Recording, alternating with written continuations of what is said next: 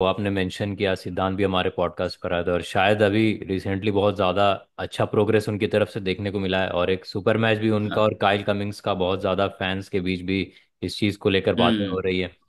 तो आपके हम्म। एक्सपीरियंस के हिसाब से अगर आप एक प्रिडिक्शन देना चाहते हो कि मैच किस तरह से होगा, क्या चांसेस है दोनों प्लेयर्स के? तो हम कुछ और भी आर्म रेसलर्स के बारे में जानना चाहेंगे आपसे, आपका ओपिनियन क्या है उनके ऊपर। तो जो सबसे ज्यादा पॉपुलर हो रहे हैं इंडिया के अंदर वो है डेनिक।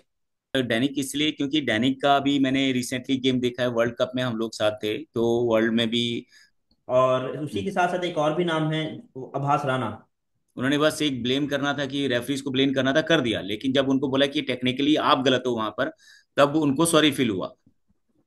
तो अगला एक क्वेश्चन ये भी था कि हमारे चैनल पर कुछ टॉप इंडियन आर्म रेसलर्स भी आए हैं, वो कुछ कंप्लेन कर रहे थे कि इंटरनेशनल रूल्स और इंडियन रूल्स में कुछ फर्क है देखने को मिलता है। जैसे कि एक एग्जांपल भी दिया था कि हमारे पॉडकास्ट पे कुछ नॉर्थ ईस्ट के आर्म रेसलर्स आए हैं और लगभग मेजोरिटी आम नॉर्थ ईस्ट के आर्म रेसलर्स का ये हमेशा कंप्लेन रहा है कि रेफरीज उनके लिए बहुत ज़्यादा बायज रहे हैं और बाकी लोगों को ज़्यादा सपोर्ट करते हैं। जैसे कि उनके अगर कोच उनके रेफरी बन गए तो उनको ज़्यादा सपोर्ट किया जाएगा। तो ऐसा कभी आपने एक्सपीरियंस किया है कि ऐसा कुछ भी होता है इसके अंदर? जैसे कि हम देखते हैं डेवॉन लैरेट के मैचेस में कुछ ज़्यादा ही ट्रैश टॉक उनकी तरफ से होती है, और रेफरीज के लिए बहुत ज़्यादा हार्ड टाइम हो जाता है उनको मैनेज करना। तो इंडियन आर्म रेसलिंग में अगर हम बात करें तो आपने कभी ऐसा कुछ देखा हो कि काफ़ी ज़्यादा कोई प्लेयर सेटअप में ही काफ़ी प्रॉब्लम करता हो, उनको मैनेज करना काफ़ी दिक्कत हो, तो इंडियन डेवॉन लैरेट कौन है आपके हिसाब से? स्पोर्ट्स ग्रो करने लगता है तो एक बहुत ही कॉमन क्वेश्चन लोगों के भी दिमाग में आने लगता है जो था स्टेरॉइड से रिलेटेड, कि अब ये लोग इनहेंस हो चुके हैं, स्टेरॉइड यूज करते हैं, ओके। इस वजह से ये ज्यादा पावरफुल हो जाएगी, ज्यादा स्ट्रेंथ हो गई है, जो ज्यादा स्टेरॉइड लेगा वो ज्यादा पावरफुल होगा। वर्ल्ड के अंदर भी देखा था आर्टियम मोरोजोव को compete करते हुए। तो ये भी एक क्वेश्चन आप हम्म। हमेशा इस फेडरेशन के ऊपर उठाता है कि वर्ल्ड लेवल जैसे कॉम्पिटिशंस के अंदर आर्टियम मोरोजोव से प्लेयर जो साफ ही दिखता है, भले ही वो एक्सेप्ट ना करे बट वो साफ दिखता है, उनकी बॉडी स्ट्रक्चर देख के समझ में आता है कि वो बिल्कुल ही इनहेंस बॉडी बिल्डर है, आर्म रेसलर है। तो क्या इस तरीके से वर्ल्ड के अंदर उनको अलाउ किया गया और उनको खेलने का मौका मिला? प्रोटेस्ट को सर राइट नहीं करेंगे, वो बाहर जाकर कमेंट्स करेंगे, बाहर जाकर वीडियोस बनाएंगे, बाहर जाकर उसके ऊपर welcome to COG call of games. तो ऐसे हमारे चैनल पर बहुत सारे इंडिया के और इंटरनेशनल आर्म रेसलर्स भी आते रहे, लेकिन आज हमारे साथ एक खास गेस्ट हैं, पाफी के हेड रेफरी और वैफ में भी सीनियर रेफरी, और जो खुद भी एक काफ़ी वेल अकम्पलिश्ड आर्म रेसलर रह चुके हैं। अभी रिसेंटली वर्ल्ड्स में ग्रैंड मास्टर कैटेगरी में गोल्ड मेडलिस्ट लक्ष्मण भंडारी आज हमारे साथ हैं। हेलो, नमस्कार। तो जैसा कि हमारे पॉडकास्ट पे बहुत सारे आर्म रेसलर्स आए हुए हैं और बहुत सारी बात उनसे हम करते हैं, लेकिन एक साइड जो होता है आर्म रेसलिंग के अंदर वो रेफरी का भी होता है, जो भी बहुत इंपॉर्टेंट रोल होता है। तो इस पॉडकास्ट के अंदर हम कोशिश करेंगे उन सारी चीज़ों को जानने के बारे में कि एज अ रेफरी आप कैसे देखते हैं इन सारी चीज़ों को। तो सबसे पहले स्टार्ट करेंगे हम आपसे कि आप कैसे आर्म रेसलिंग के अंदर आए, कैसे आप आर्म रेसलर से कोच और फिर रेफरी बन गए, ये सारी जर्नी आपकी कैसी रही और किस तरीके से आपने किया। सबसे पहले तो आप दोनों का बहुत बहुत धन्यवाद, और कॉल ऑफ गेम को मुझे इनवाइट करने के लिए। और काफ़ी अच्छे शोज आपके होते हैं, काफ़ी आप लर्सर्स को आप प्रमोट करते हैं, उसके लिए रियली अप्रिशिएट।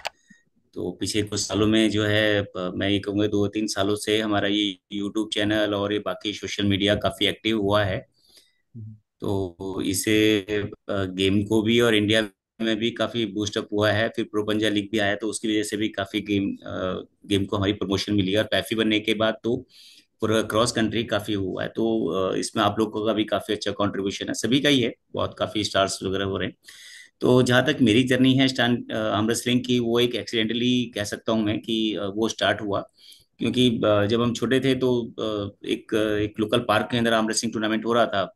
तो मेरे दोस्तों ने थोड़ा सा पिन किया मुझे कि भी हमारे को तो क्लास में और इधर में तो खूब आर्म रेसलिंग में हरा देते हो, और यहाँ पर तुम खेलो तो पता चलेगा। तो बाद में पता चला वहाँ स्टेट चैंपियन ये वो सब होता था, तो तब मुझे पता चला कि एक्चुअली ये स्टेट लेवल पे इस पे कोई गेम होता है। तो तब उतना ज़्यादा पॉपुलर भी नहीं था। तो एक्चुअली मैं भी वहाँ पार्टिसिपेट किया, फिर मेरे को उनको पिन किया तो मैंने कहा चलो ठीक है, जो जोश में मैंने भी पार्टिसिपेट कर लिया। तो फाइनल में हम लोगों ने जो मैंने जो है एक स्टेट जो चैंपियन था उसको हरा दिया। तो वो थोड़ा सा वहाँ सिचुएशन थोड़ा सा ऑकवर्ड हो गई उन लोगों के लिए भी, उनके फॉलोअर्स के लिए भी, कि मेरे साथ तो कोई फॉलोअर्स, मेरे एक दो दोस्त ही थे बस। उनके साथ काफी लोग थे क्योंकि वो स्टेट चैंपियन है, आपस में उनका नाम था, तो वो भी अच्छा नाम था, वो भी लड़का बहुत अच्छा था। उसके बाद फिर वो थोड़ा ऑब्जेक्शन हुआ कि नहीं ये हुआ है, फिर ऑर्गेनाइजर ने मुझसे रिक्वेस्ट किया कि लक्ष्मण भाई थोड़ा सा ऑब्जेक्शन आ रहा है ये वो, तो आप दोबारा मैच कर सकते हो उनके साथ। मैंने कहा कर लीजिए, मेरे को कोई प्रॉब्लम नहीं है। तो मैंने उनके साथ खेला, फिर दोबारा भी मैं जीत गया। तो फिर वो सब चीजें हुई, उसके बाद फिर उन्होंने बोला कि आप जब इतना अच्छा खेल रहे हो तो क्यों नहीं आप स्टेट लेवल पे जाते हो। तो वहां से फिर एक जर्नी स्टार्ट हुई। तो स्टेट में भी जब मुझे, मैंने कहा चलो ठीक है, मैंने फिर पता किया कहाँ स्टेट होता है, तो स्टेट चैंपियनशिप तो उस टाइम आई रिमेम्बर कि रानी बाग में एक स्कूल में हुआ था। तो वहां पर जब मैं खेला तो उस टाइम सिटिंग हुआ करती थी, आज तो स्टैंडिंग चल रहा है, केवल पैरा में सिटिंग होती है, लेकिन that time only sitting was there. So sitting job उसमें हुआ था, तो सिटिंग में जो है अपोनेंट थे, अपोनेंट नेशनल चैंपियन थे, तो मुझे कुछ जीरो मालूम था कि वहाँ तो अमृत सिंह के लिए मेरे लिए तो बिल्कुल नया गेम था वो। वहाँ गया तो मैंने कहा जब मैंने स्टेट चैंपियन को हरा दिया तो यहाँ पर तो मैं थोड़ा सा अच्छा खेलूंगा यहाँ पर। तो वहां पर मेरा हाथ एकदम सट सट से एकदम गया। वो राकेश जुनेजा थे, आई रिमेम्बर, वो जो थे वो। तो उस टाइम फिर मेरे को थोड़ा बहुत किक मिली, मैंने कहा यार ये तो बहुत ही जबरदस्त हो गया मेरे साथ, और शौक हुआ मेरे को। लेकिन फिर तब मेरे को लगा कि नहीं, मेरे को अब इसमें आगे बढ़ना है। तो वो एक जरूर इसमें मेरा वो रहा। और फिर दूसरा अमृत सिंह चूज करने के पीछे मेरा एक रीजन ये भी रहा कि एक तो एक इंडिविजुअल गेम है, दूसरा इसमें आपकी स्ट्रेंथ है, पावर है, स्टेमिना है, और इसमें इक्विपमेंट्स जो हैं बहुत कम लगते हैं आपको, और जो ऑर्गेनाइजर के लिए भी जो है वो इंफ्रास्ट्रक्चर बहुत ज़्यादा नहीं चाहिए, और आउटडोर इंडोर सारी गेम्स है। तो ओवरऑल जितना भी था काफ़ी मुझे इसको हालांकि मैंने बहुत सारी गेम खेली है, मैं कबड्डी कैप्टन भी रहा हूँ, जोनल के अंदर हमने मैचेस खेले हैं, स्कूल के अंदर गेम सारी खेली है हमने। ब्राउन बेल्ट रहा हूँ मैं ताइक्वांडो, और उसके अंदर उस पे मार्शल आर्ट में भी मैंने किया। लेकिन ओवरऑल फिर सबको मेरे को देखकर कंक्लूजन लगा कि arm wrestling is the best for me, क्योंकि वो टाइम भी कम होता है, बाकी चीजों के साथ आर्म रेसलिंग कर सकते हो। तो ये थोड़ा सा एक मेरा जरूर वो रहा। तो इस तरह से मैं आर्म रेसलिंग है। और फिर कितनी फास्ट गेम है, तो इसके लिए आपका जो माइंड सेटअप इतना क्विक चाहिए कि आपको within a second you have to take the decision कि क्या खेलना है आपको, सपोनेंट क्या खेल रहा है, कैसे जज करना है। तो वो सब चीजें इसमें जरूर इन्वॉल्व होते, तो मुझे काफी इंस्पिरेशन मिली उसको सारा ओवरऑल जब कंक्लूजन निकाला, तो मेरे को लगा एक गेम लेना है तो arm wrestling, I have to go with arm wrestling. तो हम लोग ये भी जानना चाहते हैं कि कितने सालों का एक्सपीरियंस आपके पास अभी तक आ चुका है आर्म रेसलिंग में। हाँ सालों की तो खैर, आप 90s में मैंने स्टार्ट किया था, तो आप ये लगा लीजिए 89-90 की बात है जब मैंने ये गेम का, जब मेरे साथ ये हुआ था, उसके बाद से फिर मेरा जर्नी स्टार्ट हुआ। स्टार्टिंग में स्ट्रगल बहुत रहे, क्योंकि उस टाइम पर कोई कोचेज नहीं होते थे, कोई ट्रेनिंग सेंटर्स नहीं होते थे, कहीं पर कोई गाइड करने वाला कोई नहीं होता था। फिर ओवरऑल सब जब हुआ तो मेरे को भी बहुत स्ट्रगल करना पड़ा इसको, गेम को लेकर। तो फिर मैंने जो फील किया, मैंने कहा जब मुझे आना ही है तो फिर मैं थोड़ा सा इसको प्रॉपर आऊँ। फिर आई जस्ट 1995 में मैंने रॉयल स्पोर्ट्स क्लब जो है अपना उसको बनाया, और फिर I think I just bring some कि भी उसके अंदर कुछ किया जाए। तो फिर मैं बहुत रिसर्च करना शुरू कर गया। फिर वो गेम के साथ साथ मेरे को रिसर्च करना शुरू हुआ, सारा कुछ वो हुआ, तो गेम को भी डेवलप करना था, कि टेक्निक्स को वो करना था, लोगों को जोड़ना था। तो बहुत बड़ी टीम हम लोगों ने तब स्टार्ट की। तो ओवर द टाइम फिर ये रहा कि एक बार रॉयल स्पोर्ट्स क्लब में लोग जुड़ना शुरू किए, तो मतलब लोग दे फील प्राउड कि हम रॉयल क्लब के मेंबर हैं करके। और देन रॉयल स्पोर्ट्स क्लब के मेडलिस्ट लगने शुरू हुए, तो बच्चों ने थोड़ा सा परफॉर्म अच्छा किया, उनको भी इंस्पिरेशन मिली, और काफी सारी चीजें हुई। एक टाइम होता था कि जब लोग मेरा वेट करते थे कि भाई लक्ष्मण कब आ रहे हैं, कब वो अपनी एंट्री भरेंगे, उसके बाद वो अपनी एंट्री करते थे। लाइक वो उनका ये होता था कि चलो ये एंट्री भरेंगे, उसके बाद हम लोग एंट्री करेंगे, कि इनके वेट से हटकर फिर हम अपन तो अपने वेट, अगले वेट में जाएंगे करके। तो वो तक भी थोड़ा सा हमें देखा है मैंने, लेकिन एनीवे वो टाइम टाइम की बात होती है। हर एक के लाइफ के अंदर कुछ ना कुछ रहता है, तो ये रहता है। तो जिस टाइम आप रिसर्चेस कर रहे थे इंडिविजुअली, खुद ही सारी चीज़ों को सीखने की कोशिश कर रहे हैं, तो किन इंसान से, किस से आपको इंस्पिरेशन मिली थी सीखने की? किसको आप उस टाइम पे देखा करते थे? देखिए उस टाइम पर कई लोग थे, इसमें राकेश जुनेजा थे जो टॉप टॉप होते थे, जिनके साथ मैंने प्रैक्टिस भी स्टार्ट करी, उनसे मैंने कुछ सीखा भी है। तो उसमें परवीन एक होते थे और वीरेंद्र करके थे और राकेश जुनेजा थे, जिनसे मैं पहली बार वो किया। तो उनसे मैंने काफी कुछ सीखने की कोशिश की है, लेकिन ओवरऑल फिर उनके पास भी बहुत टाइम से अब लोग अपनी अपनी लाइफ के अंदर एंगेज थे। आर्म रेसलिंग में लोग कैरियर इतना ज्यादा नहीं देखते थे, तो इसलिए बहुत ज्यादा टाइम नहीं मिल पाता था। तो फिर आई थॉट कि अब मुझे भी इंडिविजुअली इसमें कुछ करना पड़ेगा। Then I just work on that कि भी ट्रेनिंग कैसे होनी चाहिए, एक्सरसाइज कौन सी होनी चाहिए इसके लिए, क्या मैचेस होते हैं। फिर मैंने ज्यादा मैचेस खेलने शुरू किए, फिर वहां से अलग अलग उसमें निकालते थे। एक बार सीओसी, दिल्ली स्टेट का सीओसी हो रहे थे, तो that time I was in 65 I think, उसमें काफी लॉन्ग उसमें थी। तो वहां पर जो मेरे जो सीओसी के अंदर अराउंड 90 100 केजी का अपोनेंट उसके अंदर वो था। तो वो सब चीजें फिक्सर ऐसे बनाए गए कि मेरा हैवी वेट के साथ वो डाल दिया गया, लेकिन मैंने फिर हैवी वेट को भी वो मीटअप किया। तो उसके बाद से थोड़ा सा लोगों को और ज्यादा कनेक्ट हुए मेरे साथ लोग उसके बाद। तो इस तरह से चीजों पे मैं वर्क करता चला गया, टेक्निकों पे वर्क करता चला गया। फिर खेलना शुरू किया मैंने, ज्यादा खेलना शुरू किया, ज्यादा लोगों से ट्रेनिंग करना शुरू किया। फिर उसके ऊपर रिसर्च करता रहा, कौन कैसे खेल रहा है, क्या करना है, ग्रिपिंग कैसे होनी है, फिंगर कैसे होनी है, स्टैंडिंग पोजीशन कैसे होनी है। फिर धीरे धीरे चेंज होती चली गई, चीजें डेवलप होती चली गई। तो इस तरह से निकल के आई चीजें। इस वजह से ये जो जो रिसर्च वर्क होता था, वो मैं पहले अपने ऊपर एक्सपेरिमेंट करता था। जो कुछ बेटर रिजल्ट मिलते तो फिर बच्चों को उसमें देने की कोशिश करता हूँ। उससे जो है रिजल्ट आने शुरू हुए। तो इसलिए रॉयल स्पोर्ट्स क्लब काफी जो टेक्निकल जो है उसमें वो माना जाता है कि जो रॉयल के बच्चे होते हैं वो टेक्निकली काफी स्ट्राउंड होते हैं। स्ट्रेंथ पावर तो बच्चा इंडिविजुअली उसको जितना अपना वो लगाता है तो जरूर करता है, लेकिन हाँ ये जरूर कहूंगा कि जितने भी हमारे रॉयल क्लब के बच्चे निकले हैं, हजारों बच्चे निकले हैं, तो वहां से technically they are very sound. तो एक चीज़ और हम लोग क्यूरियस थे कि इंटरनेशनली कोई आपके फेवरेट आर्म रेसलर हो तब से लेकर अभी तक, या फिर कोई ऐसे रोल मॉडल जिनको आप फॉलो करते हो। हाँ, इंस्पिरेशन मेरे को जरूर जॉन ब्रेजिंग हैं, उनसे मेरे को शुरू में बहुत इंस्पिरेशन मिलती। जो ओवर द टॉप आई थी, उनकी बहुत हिट थी। आर्म रेसलिंग के बारे में मुझे भी कुछ थोड़ा बहुत उनके उनसे मिला। फिर उनका जो एक नेचुरल गेम होता था, काफी डेडिकेटेड होते थे, पैशनेट होते थे, बहुत कूल लगते थे, और हाई उनकी वो अप्रोच होती थी। सो वो फील मुझे जरूर वो करती है। आई थिंक अभी भी वो मेरे ख्याल से 500 550 से ज्यादा उनके मेडल टाइटल्स वगैरह होंगे क्रॉस उनके करियर में। तो अभी स्टिल वो एनर्जेटिक हैं और सपोर्ट करते हैं। तो वो एक जरूर मेरे लिए आइडियल रहे हैं, जॉन ब्रेजिंग। तो जरूर इनके लिए हो रहा है।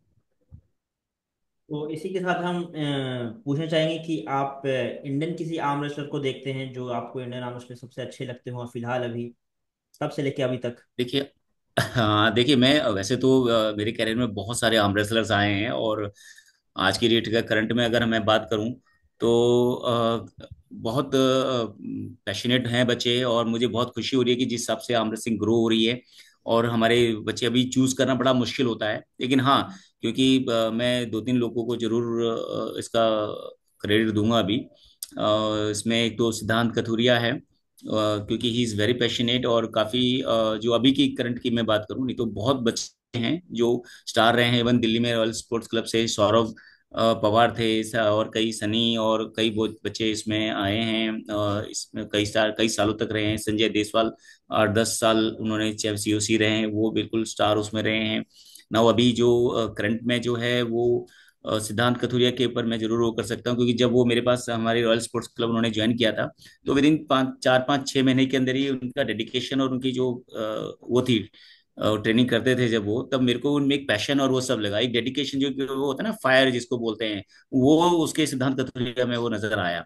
तो वो विद इन 6 महीने के अंदर वो दिल्ली के सीओसी थे, यूथ के जूनियर में उन्होंने सीओसी का वो किया। तो मुझे लगा कि इसके ऊपर थोड़ा सा और वर्क किया जाए तो अच्छा हो। अभी वो संजय देसवाल और उनके साथ काफी अच्छी प्रैक्टिस कर रहे हैं। आई थिंक अभी जो अभी राइजिंग के अंदर उनका बहुत अच्छा चल रहा है। आई एम श्योर कि वो है। दूसरा, वुमेन के अंदर जरूर मैं योगेश चौधरी का नाम लूंगा, कि वो भी काफी पैशनेट है। वो भी स्टार्टिंग के अंदर काफी उसमें वो आई पावर लिफ्टिंग से उनको मैंने उठाया है यहाँ पर कि भी आप रामल सिंह करो उसमें, क्योंकि एक फायर देखा मैंने उनमें। तो उन्होंने काफी ट्रेनिंग करी, और काफी सारा आज मैं प्राउड फील करता हूँ कि हमारे रॉयल्स में भी वो एक ऐसी शख्सियत है वुमेन के अंदर, अभी अनबीटेबल है वो वर्ल्ड के नेशनल के अंदर। उसका भी एज ऑफ नाउ मैं बोल सकता हूँ, this is the strongest athlete India के अंदर जो है। अभी वर्ल्ड में भी वो कर रही हैं, तो एक्सपीरियंस आएगा एक वर्ल्ड इंटरनेशनल का, तो जरूर उनका एक वो रहेगा। तो जैसे कि अभी सिद्धांत को आपने मेंशन किया, सिद्धांत भी हमारे पॉडकास्ट पर आए थे, और शायद अभी रिसेंटली बहुत ज़्यादा अच्छा प्रोग्रेस उनकी तरफ से देखने को मिला है, और एक सुपर मैच भी उनका हाँ। और काइल कमिंग्स का बहुत ज़्यादा फैंस के बीच भी इस चीज़ को लेकर बातें हो हम्म। रही है। तो आपके हम्म। एक्सपीरियंस के हिसाब से अगर आप एक प्रिडिक्शन देना चाहते हो कि मैच किस तरह से होगा, क्या चांसेस है दोनों प्लेयर्स के? देखिए, जो मैं बताऊं आर्म रेसलिंग, मैं आपको बताऊं कि जो गेम है ना, आप ऐसे प्रेडिक्ट नहीं कर सकते कि भी कौन खेलेगा। आप अभी उनकी ट्रेनिंग एक्सरसाइज या पीछे का एक रिकॉर्ड देखकर आप एज्यूम करेंगे कि ये सिद्धांत जीतेगा या कायल जीतेगा। इसमें एक मैंने बताया ना कि बहुत ज्यादा फास्ट गेम है, बहुत क्विक गेम है, और आपको एक सेकंड्स के अंदर डिसीजन लेना है। अगर उस सेकंड के अंदर आप कितने भी अच्छे प्लेयर हो, अगर आपने उसमें एक भी चूक कर दी डिसीजन लेने में या अपोनेंट को रीड करने में या उसके अगेंस्ट खेलने में, आप कितने भी अच्छे प्लेयर हो, कितने भी अच्छे टेक्निकल हो, वहां पर आपको स्ट्रगल और फाइट पड़ेगी। तो इसलिए किसी भी उसमें प्रिडिक्ट करना बड़ा मुश्किल होता है, अनलेस अनटिल उनका मैच चल रहा है, उसको देखने देखकर आप थोड़ा बहुत प्रिडिक्ट मैं कर सकता हूँ कि भी वो किस तरह से खेल रहा है, वो किस तरह, तो गेम किसके फेवर में जा सकती है। तो वो है, लेकिन एज ऑफ नाउ कायल का मेरे को नहीं पता वो क्या ट्रेनिंग कर रहे हैं क्या नहीं कर रहे हैं, लेकिन कायल इज वेरी गुड, क्योंकि वो वर्ल्ड में भी और उसमें भी गए थे कजाकिस्तान, तो उन्होंने वहां भी बहुत अच्छा परफॉर्म किया था इंटरनेशनल प्लेटफॉर्म पे, और पीपीएल में भी बाकी जगह भी उन्होंने अच्छा किया है। लेकिन जहां तक मेरे को लग रहा है कि जो अगर मैं सिद्धांत का और उसका देखता हूँ, तो मुझे सिद्धांत का पलड़ा बिट बेटर लगता है, क्योंकि मैंने उनको देखा है और मैं मेरी उसकी नज़र में मेरी उसमें है, तो लगता है। लेकिन हाँ, अगर मैं कायल का कितना है वो मुझे नहीं मालूम है, लेकिन हाँ कायल स्पीड अच्छा है, उनका गेम अच्छा है, तो अ, अभी तो पैर दोनों में कहना थोड़ा मुश्किल होगा अभी। तो जब इंडियन आर्म रेसलिंग की बात लेकिन होगी तो हम। मैं ये कि कायल ये इसके ऊपर सिद्धांत कथुरिया के ऊपर जरूर मैं अभी जो एज ऑफ नाउ आज की डेट में मैं कह सकता हूँ कि सिद्धांत इज ग्रोइंग बेटर। बिल्कुल बिल्कुल। तो हम कुछ और भी आर्म रेसलर्स के बारे में जानना चाहेंगे आपसे, आपका ओपिनियन क्या है उनके ऊपर। तो जो सबसे ज्यादा पॉपुलर हो रहे हैं इंडिया के अंदर वो है डेनिक। तो आप डेनिक, पर्सनली यस। कभी डेनिक से मिले हैं या फिर उनके हाँ, मैचेस देखे डैनिक हैं? Is one of my favourite है उसमें, डैनिक भी, क्योंकि डैनिक इसलिए क्योंकि डैनिक का भी मैंने रिसेंटली गेम देखा है, वर्ल्ड कप में हम लोग साथ थे, तो वर्ल्ड में भी वो आए थे, तो उनका एक पैशन और उनका एक क्या बोलते हैं उसको, एक जुनून जुनून जो होता है, वो फायर जो है वो डैनिक में है।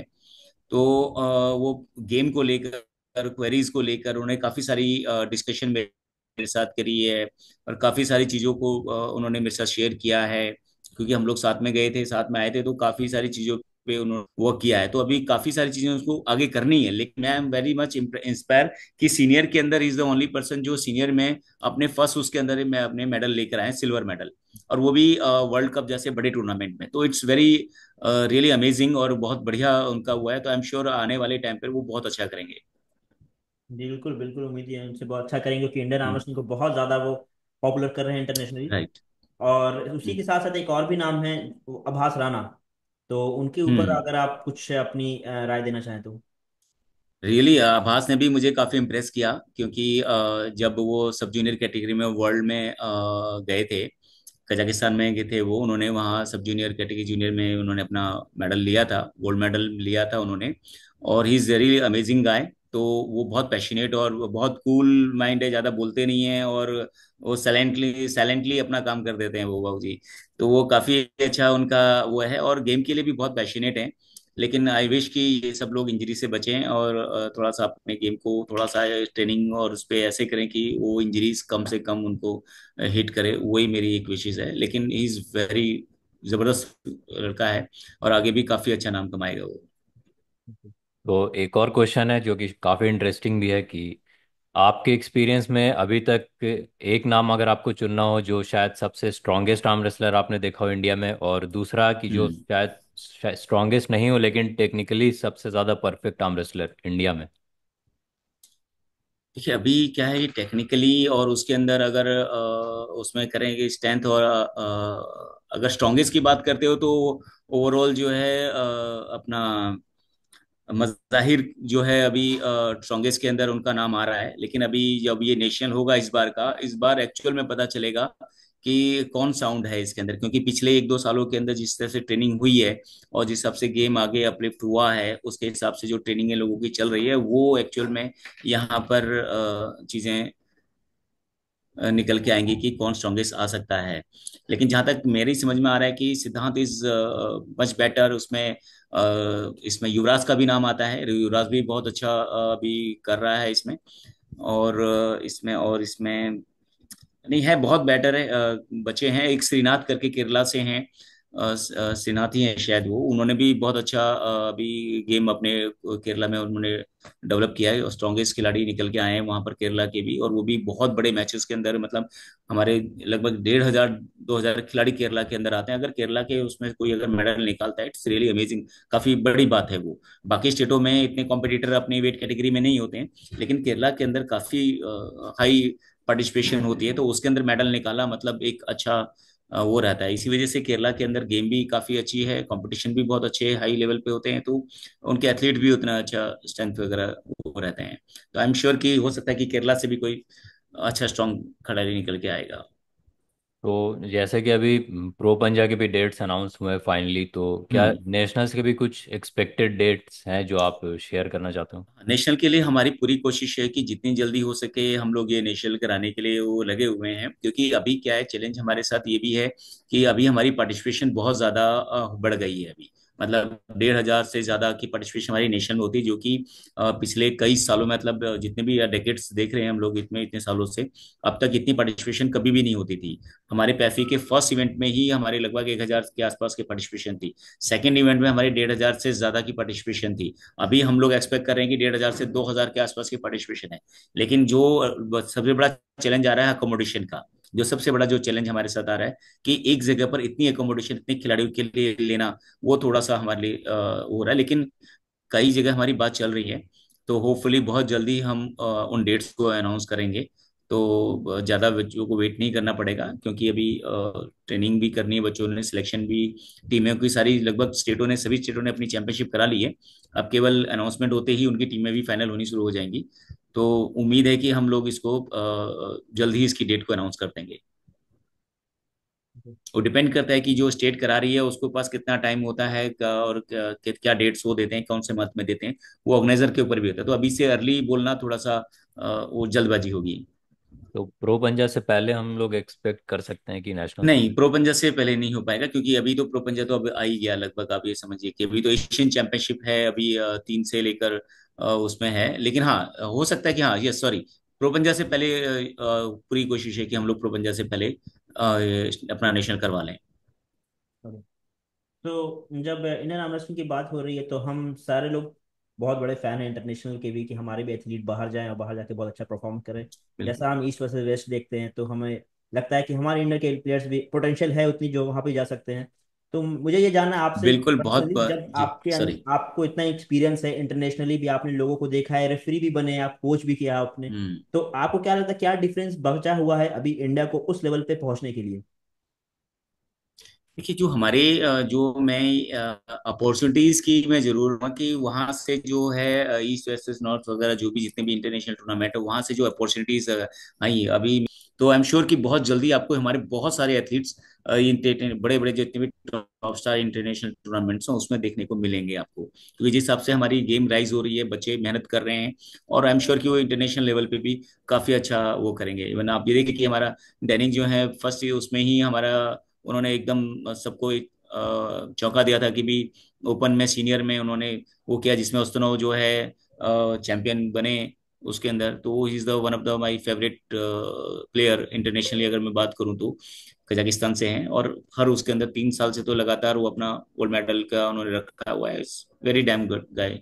तो वो है, तो उस तरह इस लेवल पे भी खेलना, और वहाँ वो सेकंड पोजीशन आ रही है अगर डैनिक की, तो इस तरह के एथलीट्स हमारे हैं जो कि भी इंटरनेशनली वो कर रहे हैं।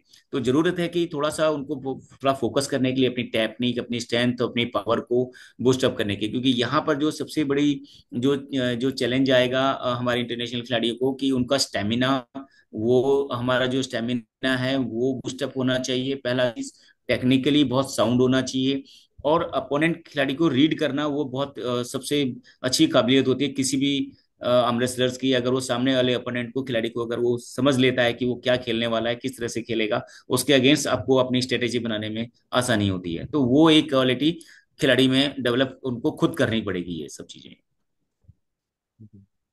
तो जैसा कि आपने बताया आपके पास लगभग 35-40 साल का एक्सपीरियंस है, तो एक क्वेश्चन जो कि शायद देख रहे arm wrestlers, aspiring arm wrestlers को भी हेल्प करता हो, तो हम आपसे जानना चाहते हैं कि अपने एक्सपीरियंस के हिसाब से आपने कुछ ऐसा नोटिस किया हो टेबल पर, सबसे कॉमन मिस्टेक्स जो आर्म रेसलर्स करते हो इन टर्म्स ऑफ फाउल्स या फिर सेटअप में कुछ मिस्टेक्स जिनको अवॉइड करना चाहिए, तो आप अगर बताना चाहते हो उसके बारे में।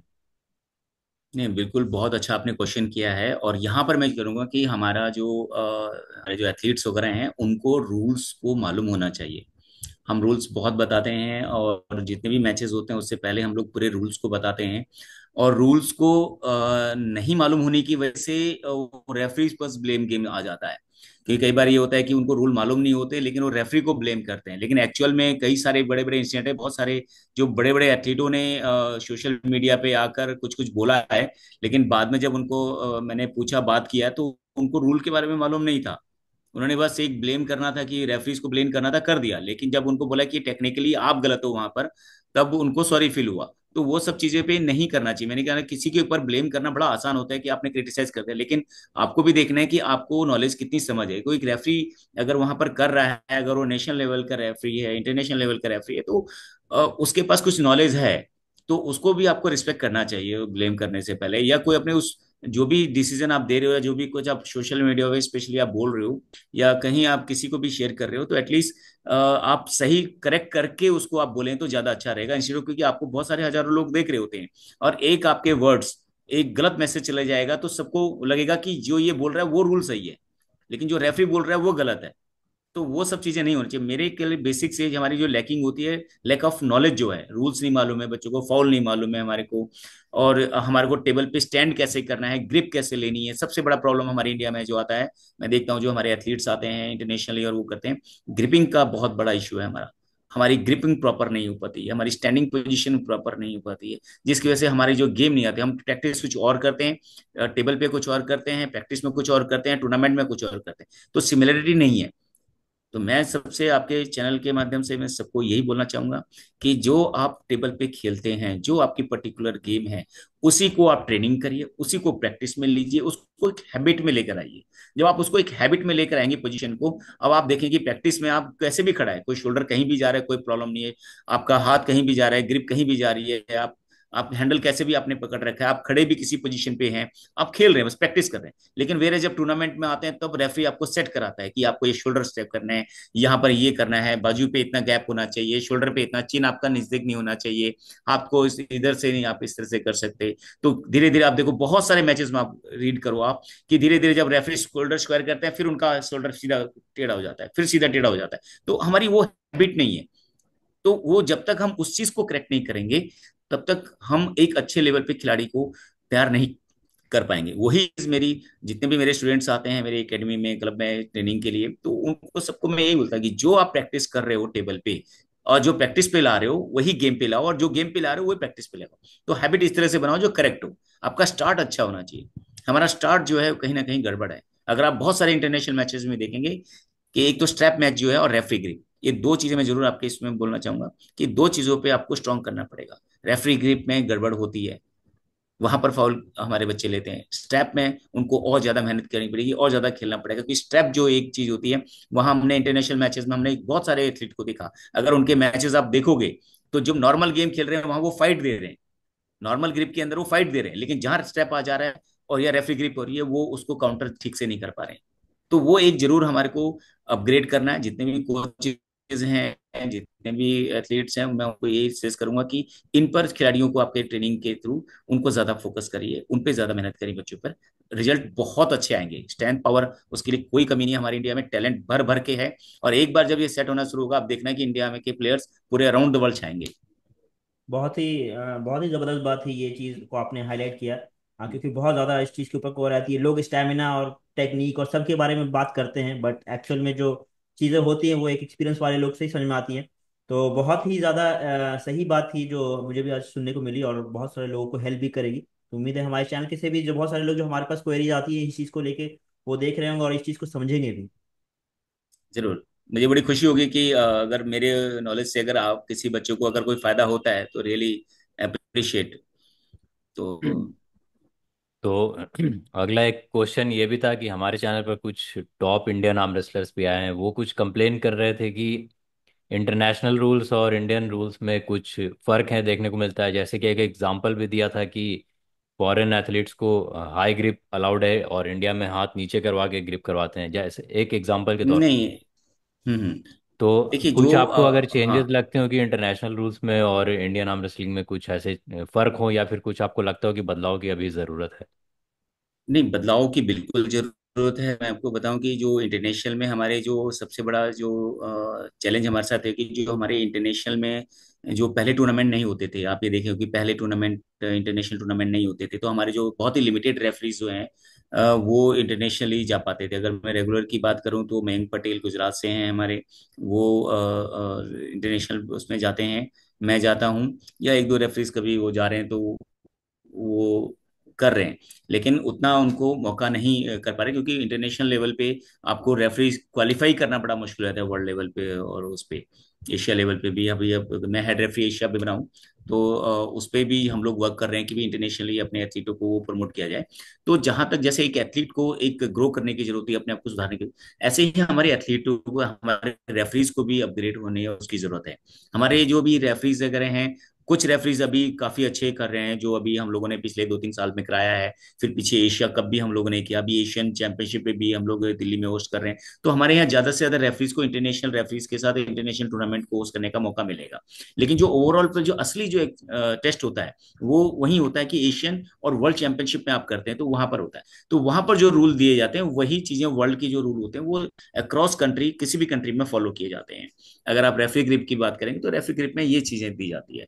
ऐसे हाई हुक करके नहीं दे सकते आप कभी भी उसको। लेकिन क्या है कि रेफरीज, जो बहुत सारे रेफरीज अभी ट्रेनिंग में हम कराते हैं, तो ऑनलाइन कराते हैं, ऑफलाइन कराते हैं, उसमें लोग पार्टिसिपेट नहीं करते हैं। उसमें प्रैक्टिकल नॉलेज होना जरूरी है। एक थ्योरिकल होना अलग बात होती है, लेकिन आई बिलीव इन प्रैक्टिकल। क्योंकि जब तक आप प्रैक्टिकल नहीं करेंगे तब तक वो चीजें नहीं आती हैं। तो वो सब चीजों पे भी हम लोगों को बिल्कुल एजुकेट होना है, रेफरीज को भी और एथलीट्स को भी, सभी को, तभी हम आगे ग्रो कर पाएंगे। तो जो वाफ के रूल हैं वो सभी के लिए इक्वल हैं, कि हाई हुक कभी भी कहीं नहीं मिलता उसको। इक्वली आप देख रहे हैं कि हाथ को इस तरह से ही करके ग्रिप दी जाती है उसमें। Okay. तो हमारे पॉडकास्ट पे कुछ नॉर्थ ईस्ट के आर्म रेसलर्स आए हैं, और लगभग मेजोरिटी आम नॉर्थ ईस्ट के आर्म रेसलर्स का ये हमेशा कंप्लेन रहा है कि रेफरीज उनके लिए बहुत ज़्यादा बायज रहे हैं और बाकी लोगों को ज़्यादा सपोर्ट करते हैं। जैसे कि उनके अगर कोच उनके रेफरी बन गए तो उनको ज़्यादा सपोर्ट किया जाएगा। तो ऐसा कभी आपने एक्सपीरियंस किया है कि ऐसा कुछ भी होता है इसके अंदर? देखिए, जहाँ तक मैं पर्सनली बिलीव करता हूँ, या जिनको भी मैं रेफरीज की या वैसे कोचिंग देता हूँ, तो मैं हमेशा उनको एक ही चीज बोलता हूँ कि जो अपना हमेशा रेफरीज को न्यूट्रल होना है, क्योंकि उनके ऊपर, उस रेफरी के ऊपर इस सामने वाले बच्चे का करियर बना हुआ है। आपका एक डिसीजन एक अच्छे खिलाड़ी को डिमोटिवेट कर देगा। तो इसलिए कभी भी ऐसा वो नहीं होना चाहिए कि इस तरह से। और दूसरा, हम लोगों ने पैफी में भी रूल बनाया है कि अगर सेम टेबल पे अगर सेम स्टेट का कोई रेफरी आ रहा है, तो उसको हम लोग इंटरचेंज कर देंगे, उसको चेंज कर देंगे। खास तौर पे वर्ल्ड में भी ये रूल है कि अगर सेम कंट्री का आ रहा है, तो मेडल की पोजीशन पे, अगर सेमीफाइनल फाइनल के अंदर आप देखोगे कि सेम कंट्री का जो है वो रेफरी नहीं होता है। लेकिन लीग में होता है, बीच में जो राउंड चलते हैं उसमें रेफरीज को चेंज करना मुश्किल होता है, क्योंकि उसमें 8 टेबलें चलती है, 8 टेबल पे सारे रेफरीज होते हैं, तो इसको स्विच करना बड़ा बहुत मुश्किल होता है। तो बहुत सारे स्विचेज हो जाएंगे। लेकिन जो मेडल की पोजीशन पे होता है, तो रेफरी को अपॉइंट इस तरह से किया जाता है कि उस स्टेट के अगर दो कंट्री के अगर खिलाड़ी हैं, तो उन दो कंट्री का कोई भी रेफरी साइड में या मेन पे नहीं होना चाहिए। एक तो ये चीजें हैं। तो मैं यही चाहूंगा कि स्टेट में भी ऐसा ही हो, कि हर स्टेट अपने अपने उनपे इस तरह से रखे कि जो मेडल की पोजीशन होती है सेमीफाइनल, फाइनल और ये सब चीजों पे, वो अपने स्टेट में रेफरीज को चेंज करें। और दूसरी बात, रेफरीज को भी थोड़ा सा अपग्रेड होना पड़ेगा कि इस सब चीजों से आप गेम को प्रमोट नहीं करेंगे, डिमोटिवेट करेंगे, आपको डिग्रेड करेंगे गेम को। तो इसलिए ये सब चीजें नहीं होनी चाहिए। अगर कोई बाइस रेफरी है तो स्टेट को एक्शन लेना चाहिए उसके ऊपर। अगर इस तरह से कुछ दिखता है कि भी ये सब चीजें हो रही है, तो उसको स्ट्रिक्टली ऐसे रेफरीज पे एक्शन लेना चाहिए। और मेरे नोटिस पे आता है तो इमीडिएटली, कभी ऐसा लगता है तो मैं इमीडिएटली उन लोगों से बात करता हूँ, या उनको समझाएं, एजुकेट करें। सबसे बड़ी बात है एजुकेशन की, आपको उनको एजुकेट करने का, उनका मोरल उतना हाई करना पड़ेगा आपको। तो ये होता है, कुछ कुछ जगह बायसेस होती है कि लोग अपने खिलाड़ियों को और अपने उनको फेवर करने की कोशिश करते हैं ताकि उनके मेडल लग जाए, लेकिन वो शॉर्ट टर्म होता है। मेडल वाले को भी मालूम है कि उसने वो उसको एक चीटिंग करके मेडल लिया है। जो रेफरी है उसको पता है मैंने चीट करके मेडल लिया है, तो उसकी कोई अथॉरिटी नहीं रह जाती है। उसको तो आप सामने वाले को तो मेडल ले लिया आपने, लेकिन आपको अपने को तो मालूम है ना कि आपका ये मेडल है वो चीट करके आया है, तो आप यू आर नॉट एक्चुअली में आप उसके हकदार नहीं हो। तो आप अपने आप से तो झूठ नहीं बोल सकते, अपने आप को तो आप जस्टिफाई नहीं कर सकते ना उस चीज में।